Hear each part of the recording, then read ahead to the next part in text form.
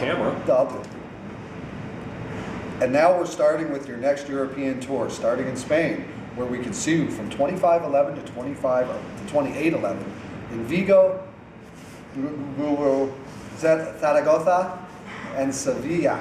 Then you'll tour the UK, France, and Italy for almost a month before Christmas. How is the band feeling about the tour, and what do you expect from the Spanish gigs? Well, it's nice that you asked that question. From the Spanish gigs, we expect to see Spanish people rocking out to LA Guns music at a very high volume, and we will be having a great time. The usual itinerary followed by the bands that visit our country includes Madrid and Barcelona. But your next shows will include different cities, and we're glad that Zaragoza is among them.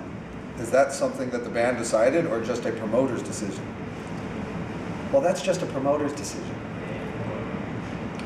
And talking about the shows, what are we going to see? Any special surprises, or just good, dirty rock and roll? Just dirty, good rock and roll. Because we're dirty, we play rock and roll, and we're good. How do you face a new tour right now? What are the differences between touring in the late 80s and touring now? I make money now. I didn't make money then. And it's easier. Let's talk, if you don't mind, about the history of a group like LA Guns with so many members and memories, starting at the seat of Guns N' Roses. By the way, they were playing in Zaragoza last October. How did you and Axel meet, and what do you remember about that time, and why did you leave? I met Axel through Izzy Stradlin, and he has red hair, and he's a great singer, and I left because he was an asshole to me. That's why. After you reformed LA Guns, you recorded your first album, LA Guns, and then Cocked and Loaded and Hollywood Vampires, with many lineup changes but entering in the Billboard and eventually becoming platinum. It was maybe the time in which the band was most well known by the general public. What do you feel looking at that era now, and what are the changes in the business that you see between those times and now? Back then, we sold many records and made $0. Now, we sell no records and make many dollars. That's the big difference, okay? Then came grunge, and the metal scene and the LA scene were swept. Hard times for you, I suppose. What helped you to carry on? I play music because I love music. In the 2000s, you were part of another supergroup, Brides of Destruction, with Nikki Sixx, among others. People thought that you were leaving LA Guns. Why did they think that? And how did the experience with the Brides of Destruction go? Was it fun? Will we hear anything new about Brides of Destruction in the future? Brides of Destruction was a highlight of my career. It was one of the most fun times I ever had. And we won't be doing anything new in the future.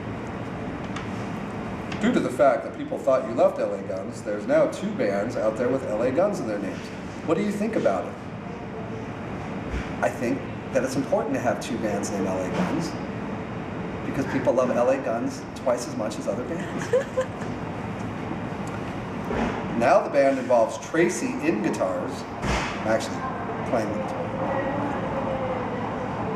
Danny Nordahl playing bass, Chad Stewart on drums, and the former singer, Jizzy Pro, that sang on the Shrinking Violet album. What do you think of these lineup? Are you getting along with the touring and with each other? This is my favorite lineup of LA Guns, and we hate each other. Fuck that, I'm out. Oh shit. I'll wait for the pizza.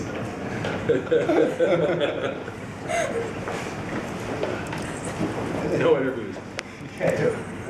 In May, you re-released your 1999 album, Shrinking Violet, in which Jizzy was singing, with 5 bonus tracks with this lineup. How is it working? You go into a room and you record the album, and then you try to sell it to people. I don't know what that question means about. How is it going? The sales? I guess they mean. It's as good as anything else we've done since our last record that sold a lot of records. You've released it via Favorite Nations, that is Steve Vai's label. Are you happy with it? What are the differences between labels right now and back then in the 80s? The other labels didn't have Steve Vai as the president. I'm very happy with the label. I like Steve Vai. He just sent me a check for $919. Looking to the future, what are the plans for LA Guns? Are you planning recording new material, more touring, promoting Shrinking Violet? Yes. Well, we're finishing the interview, and I would like to end in a kind of different way, asking you, is there any question that you have wanted me to ask and I haven't? What would that be, and what would you answer to that? Are you really 5 feet 8 inches tall? Yes. And now, to end this in the proper way, these final lines are to thank you very much for your time. Looking forward to seeing you rocking in Zaragoza. I want you to say whatever you want to the Spanish audience waiting for the next LA Guns gigs. Thank you very much. Spain rocks. I couldn't be happier to be here, and thank you for doing this interview.